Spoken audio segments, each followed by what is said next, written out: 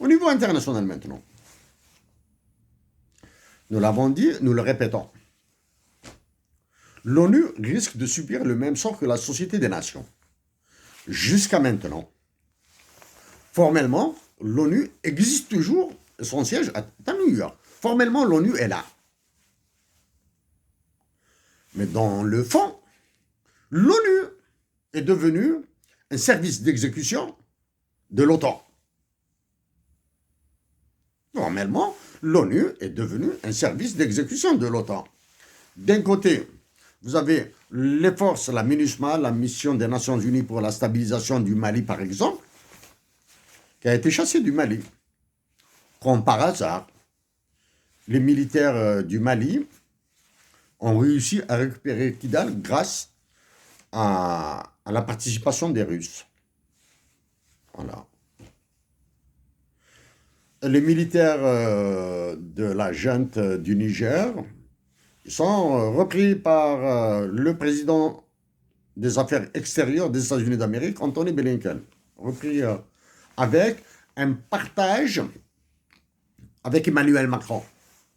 Parce que Emmanuel Macron, nous disons bien Emmanuel Macron, hein, pas la France. Emmanuel Macron qui doit maintenir son contrôle sur les Africains. Et le contrôle de ces colonies africaines passe par l'Algérie. C'est pour cette raison que les revers qu'a subi l'Algérie, l'adhésion aux BRICS, l'absence d'invitation aux forums internationaux, aux réunions de la Ligue arabe, tout ça, hein, la gesticulation de la conciergerie d'El Mouradia, etc., accélère la ruine de l'Algérie. Donc, pendant ce temps-là, l'ONU a nommé un Algérien, encore une autre fois, au Soudan.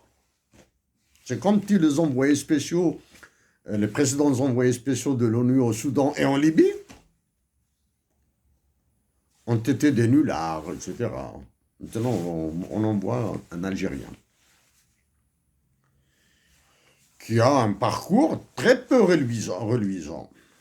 Celui de la diplomatie algérienne, l'actuelle diplomatie algérienne, est très loin au-dessous de zéro. D'accord? Mais pire que tout ça, à un certain moment, l'État algérien dit qu'il fait dans la médiation pour la paix au Mali, au Niger, en Libye, il va faire ce qu'il peut au Soudan, en Palestine. La Palestine, l'Algérie a casqué, elle a donné 450 millions de dollars, hein, minimum. Et la question de discussion entre l'Algérie et Israël doit être posée. Hein. Nous allons continuer à la poser. Ça, c'est pour l'Algérie. Ça, c'est assez rapide. Hein. C'est assez rapide. Chers compatriotes d'Algérie, au début, nous avons dit que l'université algérienne, les écoles supérieures algériennes ont besoin d'un budget de 20 milliards de dollars, 25 milliards de dollars, probablement sur 5 ans, pour s'approvisionner en livres, pour lancer des formations, etc. Des formations, un minimum de mise à niveau.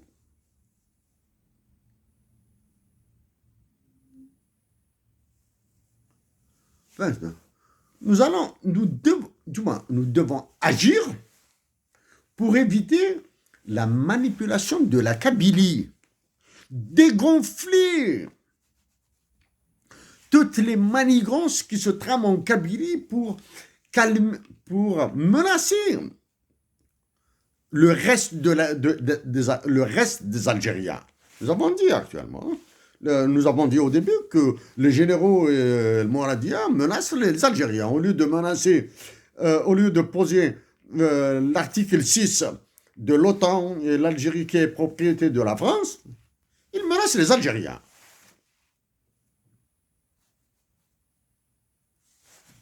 C'est très grave, hein?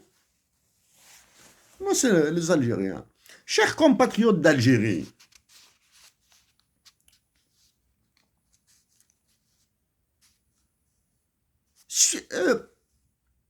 suivez un tout petit peu, hein, ce qui se passe à l'ONU, des événements comme ça, là, hein, des événements, de gros événements, c'est-à-dire qui paraissent banals. Exemple, comme Jeffrey D. Sachs,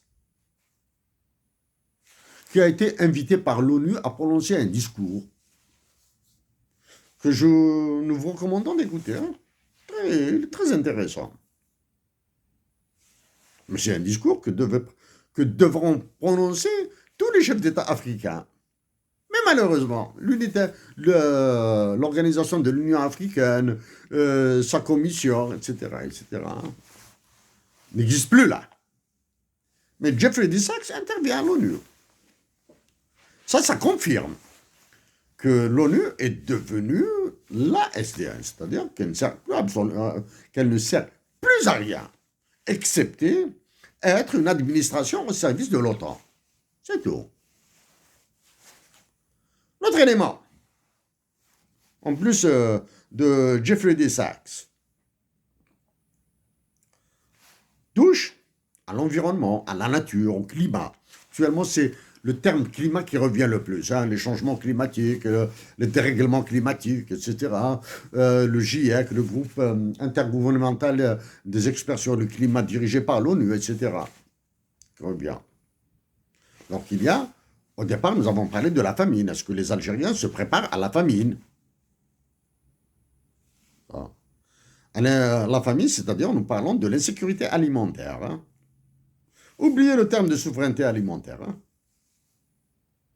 L'insécurité alimentaire, l'insécurité sanitaire, les questions de l'eau que nous avons posées il y a énormément de fois, il y a plusieurs années de cela, hein, déjà. Hein. Donc l'Algérie continue à massacrer sa nature. Pour preuve, après une accalmie sur l'affaire de Teramine en Ouadamezor, un agent d'exécution du FMI et de la Banque mondiale, qui est ministre en Algérie, est parti à Ouadamezor pour lancer le chantier. Alors que le Maroc, juste à côté là, fouillez un tout petit peu l'information. Hein. Vous allez voir des villages qui se font massacrer par l'arsenic, par 2 constructeurs automobiles. L'arsenic. En parlant d'arsenic, il faut penser à l'assassinat de la nature, à l'assassinat de l'eau, etc., etc. En Algérie, oui.